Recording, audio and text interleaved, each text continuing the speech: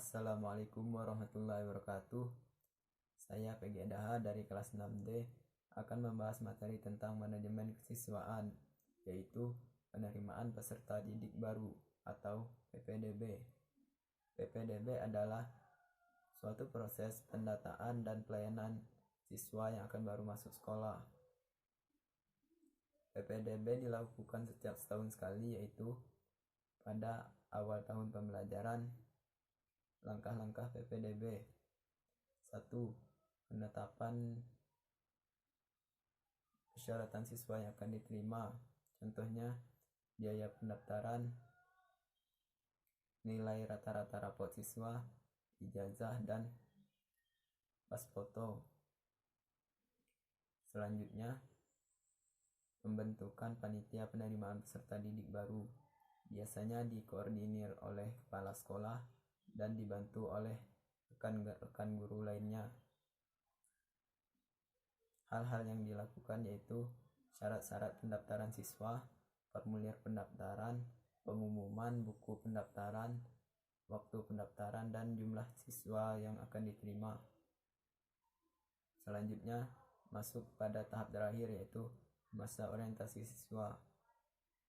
Masa orientasi siswa yaitu suatu kegiatan penerimaan siswa baru dengan mengenal situasi sekolah, kondisi, dan lingkungan sekolah.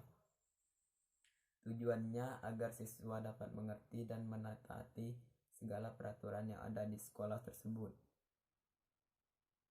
Selanjutnya, pada masa sekarang ini, yaitu pembelajaran jarak jauh atau sistem daring.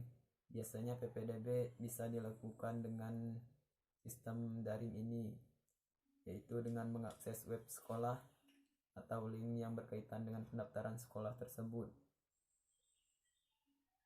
Dari sistem daring ini terdapat dampak positif dan negatifnya. Dampak positifnya yaitu guru atau siswa tidak perlu datang ke sekolah untuk pendaftaran karena bisa dilakukan dari jarak jauh. Dampak negatifnya, bagi sekolah yang masih ketinggalan, pendaftaran dilakukan langsung ke sekolah karena tidak bisa mengakses web sekolah atau sekolah tersebut memiliki akses internet yang terbatas. Baik, hanya ini. Selanjutnya akan dijelaskan oleh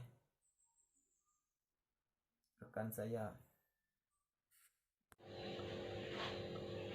Assalamualaikum warahmatullahi wabarakatuh. Perkenalkan, nama saya Sylvia Rusmita, NIM 1701 41365. Baiklah, di sini saya akan menjelaskan bagaimana sih guru di sekolah selama pembelajaran daring atau pembelajaran jarak jauh dalam memanajemenkan siswa. Di sini saya sebagai guru akan menggunakan aplikasi Zoom dalam pembelajaran daring atau pembelajaran jarak jauh. Di sini saya akan mulai. Assalamualaikum warahmatullahi wabarakatuh, anak-anak. Di sini kita bisa bertemu kembali dan kita bisa melanjutkan pembelajaran kita sebelumnya, walaupun tetap sama dalam keadaan pembelajaran daring atau pembelajaran jarak jauh. Apa kabar semuanya, anak-anak? Semoga kita diberikan kesehatan oleh Allah Subhanahu wa Ta'ala dan dijauhkan dari penyakit. Baiklah, sebelum pembelajaran daring atau pembelajaran jarak jauh dimulai, ada baiknya kita berdoa menurut kepercayaan dan agamanya. Berdoa mulai. Amin. Nah, di sini Ibu ingin mengingatkan, sebelum pembelajaran daring atau pembelajaran jarak jauh, pastikan jaringan koneksi internet Anda harus lancar. Baiklah, di sini Ibu akan menjelaskan tentang ketatausahaan siswa. Apa sih itu ketataan usaha siswa? Yaitu pencatatan dan pelaporan peserta didik dimulai sejak peserta didik diterima di sekolah sampai dengan peserta didik meninggalkan sekolah. Tujuan pencatatan tentang kondisi peserta didik dilakukan agar mampu melakukan bimbingan yang optimal pada peserta didik. Sedangkan pelaporan dilakukan sebagai bentuk tanggung jawab dalam perkembangan peserta didik di sebuah lembaga.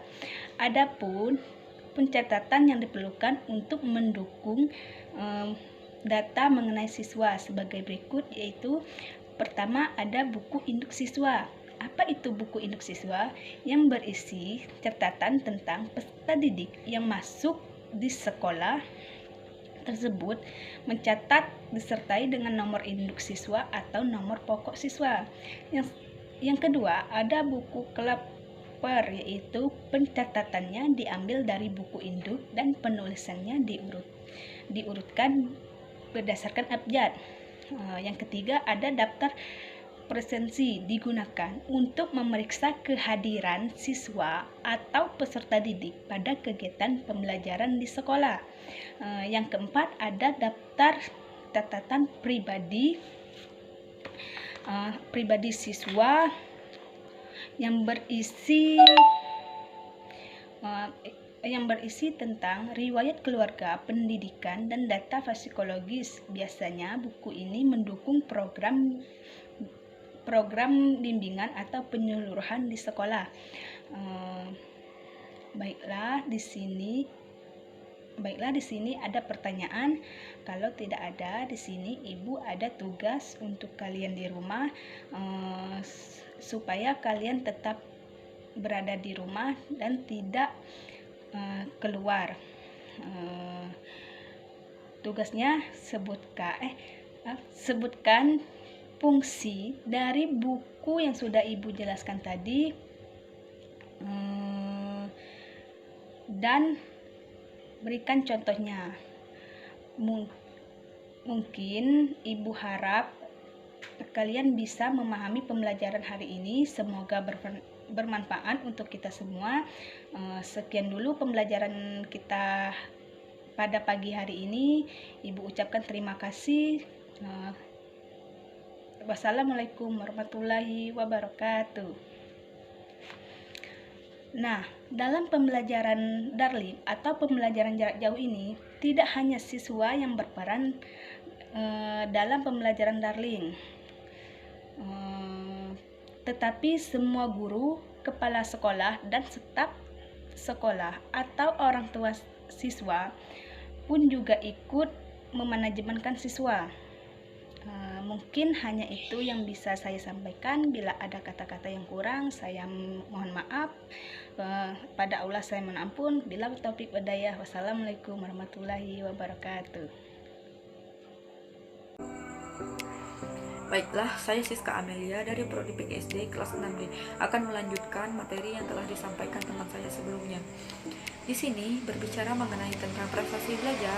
Prestasi belajar itu sendiri dapat diartikan sebagai hasil pencapaian kemampuan siswa dalam suatu pembelajaran. Nah, dari hasil kemampuan siswa tersebut, kita sebagai guru bisa melihat bagaimana perkembangan peserta didik dalam proses pembelajaran. Apakah prestasi siswa tersebut menurun atau meningkat. Nah, di dalam proses pembelajaran ini biasanya kan di akhir semester guru akan memberikan raport kepada siswa. Nah, dari hasil-hasil raport tersebut, sebagai orang tua kita bisa melihat apakah anak kita ini berhasil atau tidak dalam proses pembelajaran, bagaimana nilainya, bagaimana pencapaian hasilnya.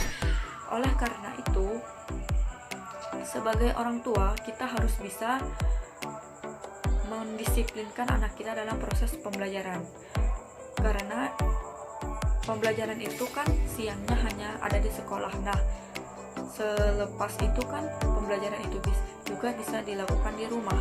Apalagi di tengah COVID-19 ini, banyaknya sekolah-sekolah diliburkan, otomatis membuat siswa itu menjadi tidak fokus dalam proses pembelajaran. Apalagi yang kita ketahui sekarang, pembelajaran sekarang itu menggunakan berbasis internet atau media online. Nah, itu sangat membuat siswa untuk merasa bosan dalam pembelajaran, malas untuk belajar, tidak bersemangat dalam sekolah. Nah, sebagai guru kita harus bisa bekerja sama kepada orang tua. Sebagai orang tua kita harus bisa mengulang kembali materi yang telah dijelaskan oleh guru kepada anak kita tersebut. Dikarenakan dengan cara yang begitu anak kita akan bisa mendapatkan ilmu atau akan bisa menjadi siswa yang tidak kehilangan ilmu di saat proses pembelajaran. Oleh karena itu, peran orang tua itu sangat penting di tengah wabah COVID ini. Marilah kita sebagai guru dituntut untuk kreatif dalam membangkitkan semangat siswa, dan jadilah orang tua yang pandai mendidik anak kita di tengah wabah COVID ini. Jangan berpatokan kepada guru saja, marilah sebagai orang tua kita juga bisa mengajarkan kepada anak kita tersebut agar nilai-nilainya atau prestasi kemampuan dalam belajarnya tidak menurun. Mungkin hanya itu saja yang dapat saya sampaikan. Terima kasih. Wassalamualaikum warahmatullahi wabarakatuh.